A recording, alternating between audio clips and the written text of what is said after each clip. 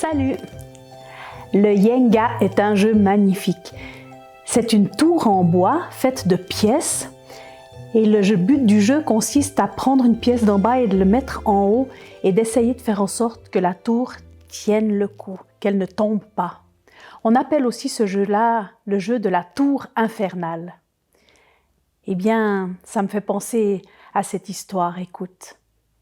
Il était une fois un homme et une femme qui souhaitaient vraiment avoir un enfant depuis des semaines et des mois.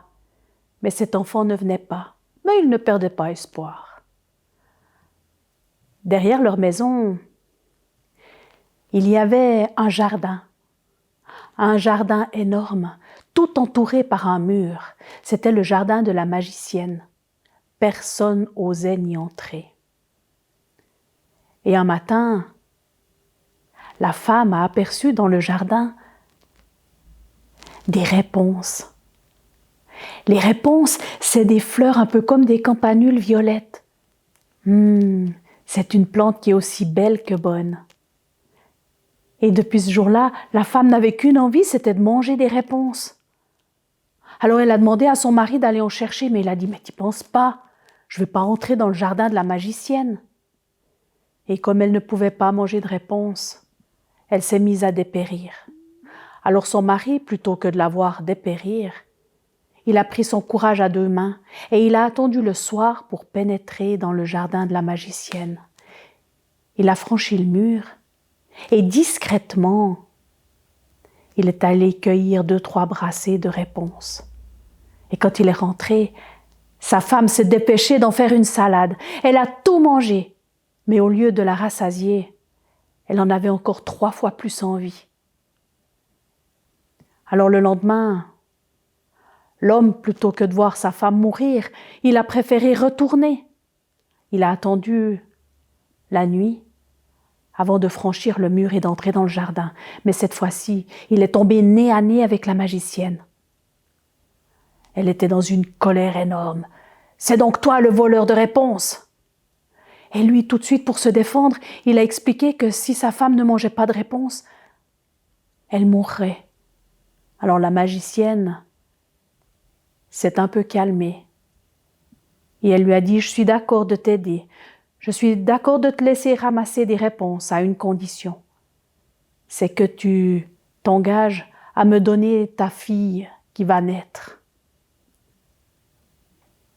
L'homme était bien embarrassé, mais dans le fond, il n'avait pas vraiment le choix. Alors il a dit oui à la magicienne. Et quand sa femme a accouché, la magicienne est apparue. Elle a emporté l'enfant. Elle lui a donné un prénom. Elle l'a appelé Réponse. Réponse était une jeune fille qui grandissait. Elle était solaire, toujours contente, toujours souriante, et ses cheveux étaient dorés comme les blés. Et quand elle a eu 12 ans,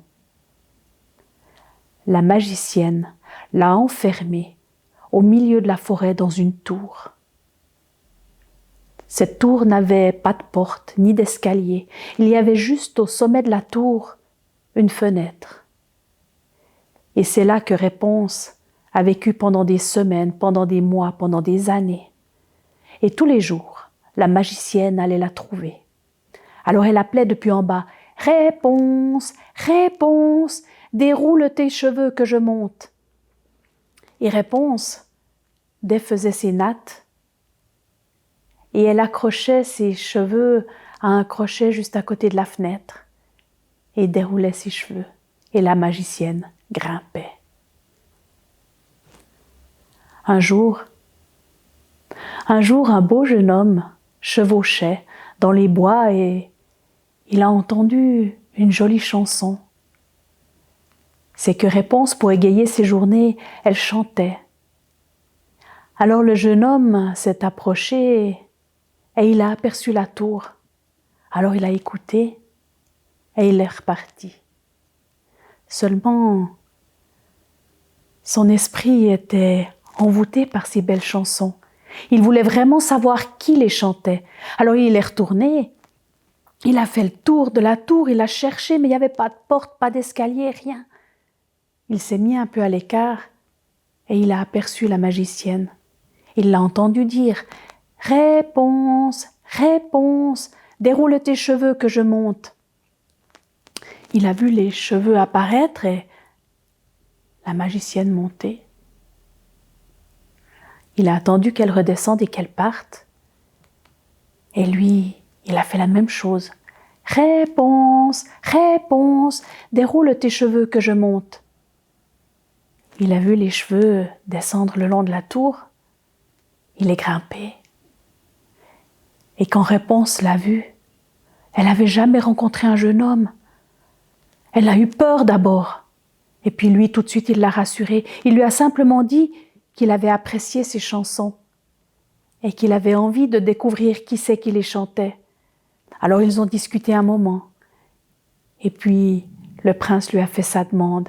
Il lui a demandé si elle serait d'accord de devenir son épouse. Réponse a pensé que certainement que ce jeune homme est bien plus gentil que sa marraine. Alors elle a dit oui. Et puis elle a mis sa main dans sa main. Elle lui a fait promettre qu'il viendrait tous les jours la trouver. Et surtout que tous les jours il amène un bout de tissu en soie pour qu'elle puisse elle aussi se fabriquer une échelle pour pouvoir descendre de cette tour. Alors le prince lui a dit « Oui, je viendrai tous les jours avec un morceau de soie. » Et pendant des semaines et des mois, tout est bien allé.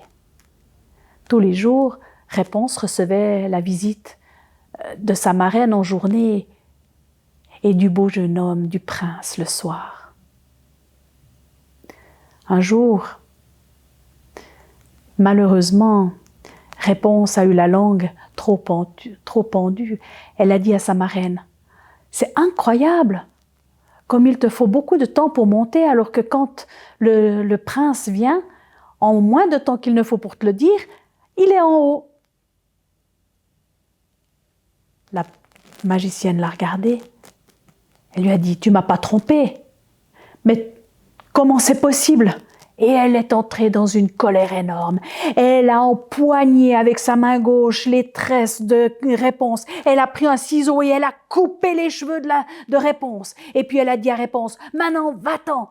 Elle l'a envoyée dans une contrée désertique. Elle lui a dit « Débrouille-toi toute seule !» Et c'est comme ça que Réponse a erré dans les forêts désertiques pendant des semaines. Mais le même jour, la magicienne est retournée à la tour.